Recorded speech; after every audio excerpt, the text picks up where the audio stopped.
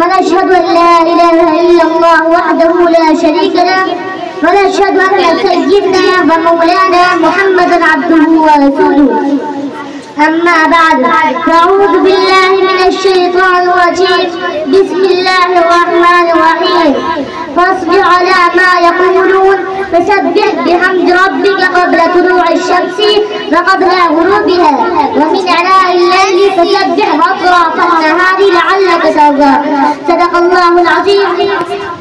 اے میرے حبیب صلی اللہ علیہ وسلم کافی جو کچھ کہتے ہیں اس پر صبر کیجئے اور اپنے رب کی تسبیح بیان کیجئے. سورج نکلنے سے پہلے اور سورج ڈوبنے کے بعد اور رات کی گھڑیوں میں اور دن کی حدوں پر تاکہ آپ خوش رہے.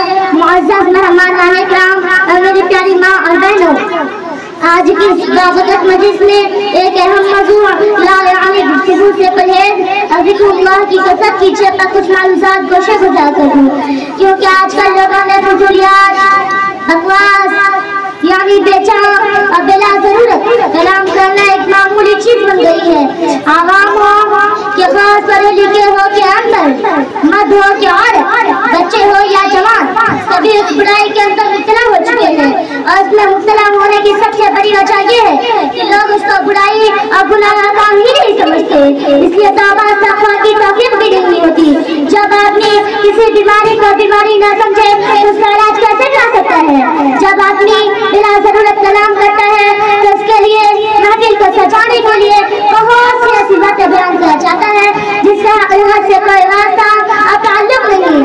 اس لیے سب کو چاہیے کہ ایسی باتوں سے مکمل اجتناب کرے. نبی پاک صلی اللہ علیہ وسلم کا مبارک ارشاد ہے ما سمت نجا، جس نے خاموشی اختیار کی وہ نجات پایا. اس لیے لا یعنی گفتگو سے اپنے آپ کو دور رکھنا چاہیے اور ایسی گفتگو نہیں کرنی چاہیے جس سے کسی کو فائدہ نہیں ہے اگرچہ وہ چاہے تو، کیونکہ حدیث شریف میں اچھی بات کرنے کی تاکید کی گئی ہے. وعن ابي هريره رضي الله عنه قال قال رسول الله صلى الله عليه وسلم ما كان يؤمن بالله واليوم الاخر فليقل خيرا او ليصمت. حضرت ابو ہریرہ رضی اللہ عنہ فرماتے ہیں کہ حضور پاک صلی اللہ علیہ وسلم نے فرمایا جو شخص اللہ تعالیٰ پر اور آخرت کے دن پر ایمان رکھتا ہو بس چاہیے کہ وہ اچھی بات کہے یا خاموش رہے. ایک اور روایت میں حضرت ابو ہریرہ رضی اللہ عنہ ہی سے مروی ہے وہاں ابی ہریرہ رضی اللہ عنہ قال قال رسول اللہ صلی اللہ علیہ وسلم ان رجل يتكلم بالكلمة لا يرى بها بأسا فلا يهوى 70 خريفا. حضرت ابو ہریرہ رضی اللہ عنہ فرماتے ہیں کہ رسول اکرم صلی اللہ علیہ وسلم نے فرمایا کہ ایک انسان بغیر سوچے سمجھے ایک کلمہ کہہ دیتا ہے جس کی وجہ سے وہ جہنم میں 70 سال کی مسافت کی مقدار دی جاتا ہے. حضرت جابر رضی اللہ عنہ فرماتے ہیں رسول اللہ صلی اللہ علیہ وسلم نے ارشاد فرمایا کہ مجھے سب سے زیادہ محبوب قیامت کے دن سب سے زیادہ نزدیک وہ لوگ ہوں گے جو سب سے زیادہ اچھے اخلاق والے ہوں گے، اور مجھے قیامت کے دن سب سے زیادہ دور اور مجھے سب سے زیادہ ناپسند وہ لوگ ہوں گے جو سب سے زیادہ گفتگو کریں گے. اس حدیث شریف سے یہ بات پتہ چلی ہے کہ اپنے زبان کو زیادہ سے زیادہ حفاظت کرنی چاہیے.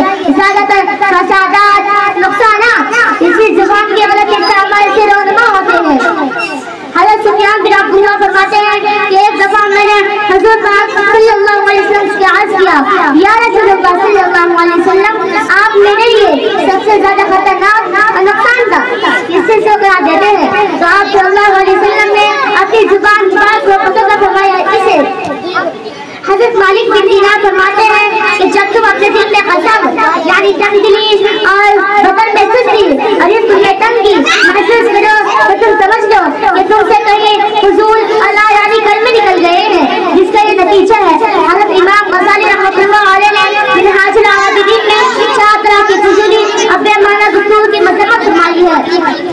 نمبر 1 اللہ تبارک و تعالیٰ کا ارشاد ہے ما يلفظ من قول الا لديه رقيب عتيد کہ انسان کوئی بھی بات نہیں کرتا مگر اس کے پاس ایک نگراں کا فرشتہ حاضر رہتا ہے. اس آیت کی روشنی میں امام غزالی رحمۃ اللہ علیہ فرماتے ہیں کہ یعنی اعمال لکھنے والے فرشتے ہمارے منہ سے